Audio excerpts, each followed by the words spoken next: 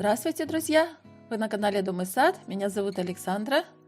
В этом видео хочу поговорить о том, какой должна быть обработка теплицы осенью, почему она так важна и как она влияет на будущий урожай, а также чем обработать теплицу осенью от болезней и вредителей. После того, как урожай собран, надо отблагодарить теплицу, убрать остатки растений, сорняки, хорошо проветрить помещение теплицы и браться за работу.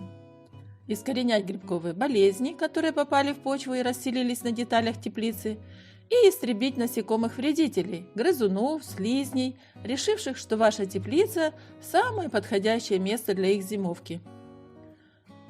Первым делом после уборки теплицы можно обработать почву от грибов, всевозможных фузариозов и микозов, а также от мелких насекомых, пытающихся зимовать в грунте, личинок тли, белокрылки, клещей, проволочников, от слизней и личинок майского жука.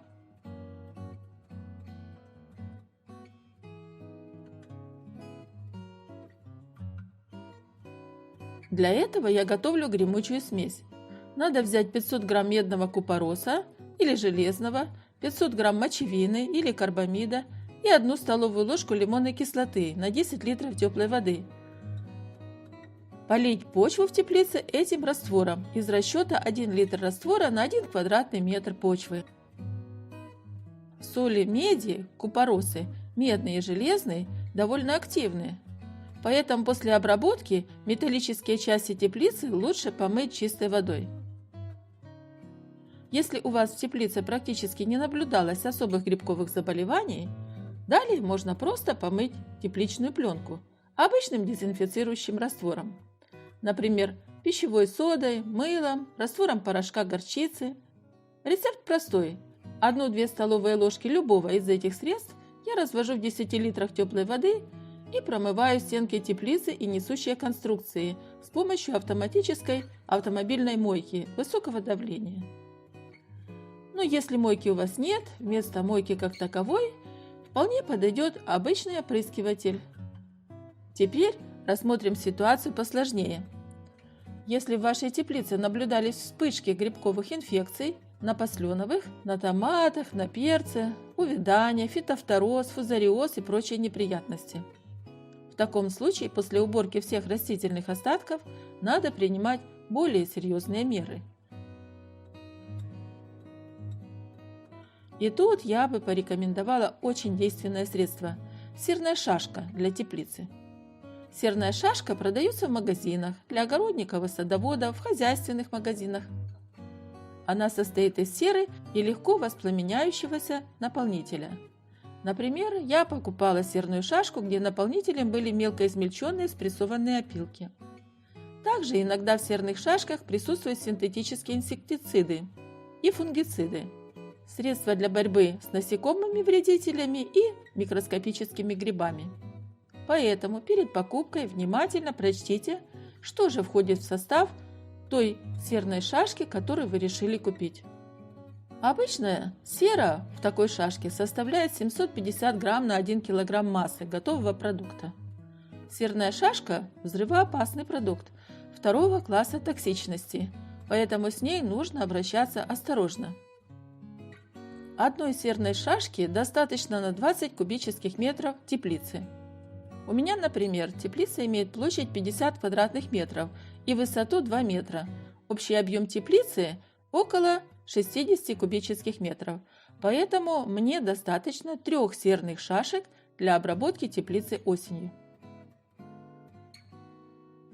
Но обработать теплицу дымом из серной шашки – дело недешевое. Стоимость такой одной шашки примерно 60 гривен. Для моей теплицы нужно для одной обработки не менее 3 шашек. Значит, в деньгах это будет около 200 гривен, не меньше, или около $6. Поэтому я обычно использую простую гранулированную серу. Она работает так же эффективно для обработки теплицы, как и серная шашка. Мне кажется, даже лучше. Вот только стоит в 3 раза дешевле. 1 килограмм гранулированной серы стоит около 50 гривен или $1.30. И этого килограмма мне хватает на целых 3 полных обработки теплицы. Сера в гранулах используется как фумигатор, эффективное средство для уничтожения насекомых. По факту, сера – это фумигант, она, вступая в реакцию с кислородом при нагревании, сгорает, превращается в летучий оксид серы – СО2, бесцветный сернистый газ с резким запахом, который, растворяясь во влаге воздуха в теплице, превращается в сернистую кислоту.